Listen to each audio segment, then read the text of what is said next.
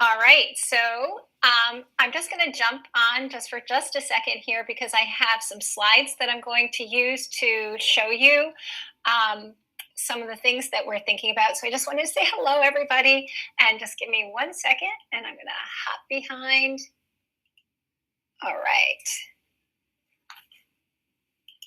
All right. Uh, Ryan, can you just give me a confirm? Did it? Wait, no, not yet. All right. You can see the PowerPoint? Yep. All right, all right. So, in the stories that Jan told you, these stories of learned helplessness, there was a decided lack of this thing that we refer to as student agency. Agency in the context of learning is a term that was introduced to us by Peter Johnston in Choice Words. Both Jan and I consider Choice Words like to be one of the most important books we've ever read. And if you don't know it or you know it, but you haven't read it, you must get it. You must get it. In Choice Words, Peter Johnston says, if nothing else, children should leave school with a sense that if they act and act strategically, they can accomplish their goals. This thinking is the thing that helped us to refine our definition of agency. And when we think about what it means, we describe it like this: it's believing that completing a task is within your power. And more than simply believing that a task is within your power, it's following through on a task to make it happen.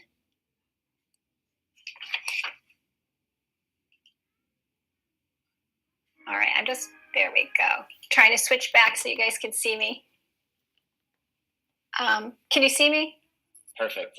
All right, all right. So Jan gave us examples of, or non-examples of students that didn't have a lot of agency, which might make us begin to wonder, and if a student does have agency, how do we know it?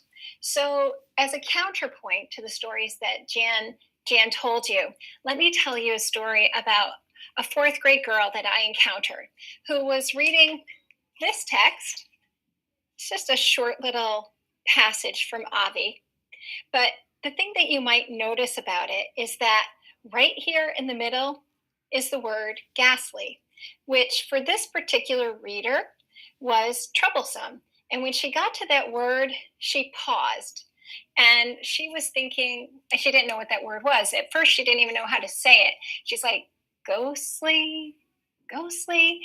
But the point is that when she hit the difficulty, she put her finger on the word and she went right to work. And then she starts talking out loud and she says, I don't know what that word means. And then she's just like all figure she's like, I don't think that's very good because look at it seems like there's bad stuff going on here. So I think that she's like really scared and something's horrible is about to happen. So like ghastly must be a bad word.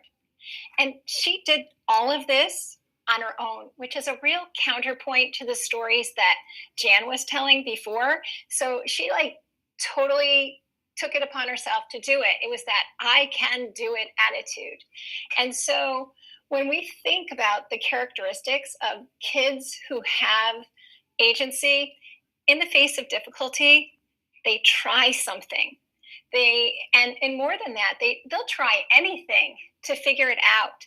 And when they're in that moment, they're not saying to themselves, oh my God, I don't know. Oh, this must mean I'm stupid. They're not saying that. They're saying, if I work hard on this, I'm going to be able to figure this out. They have a growth mindset. My son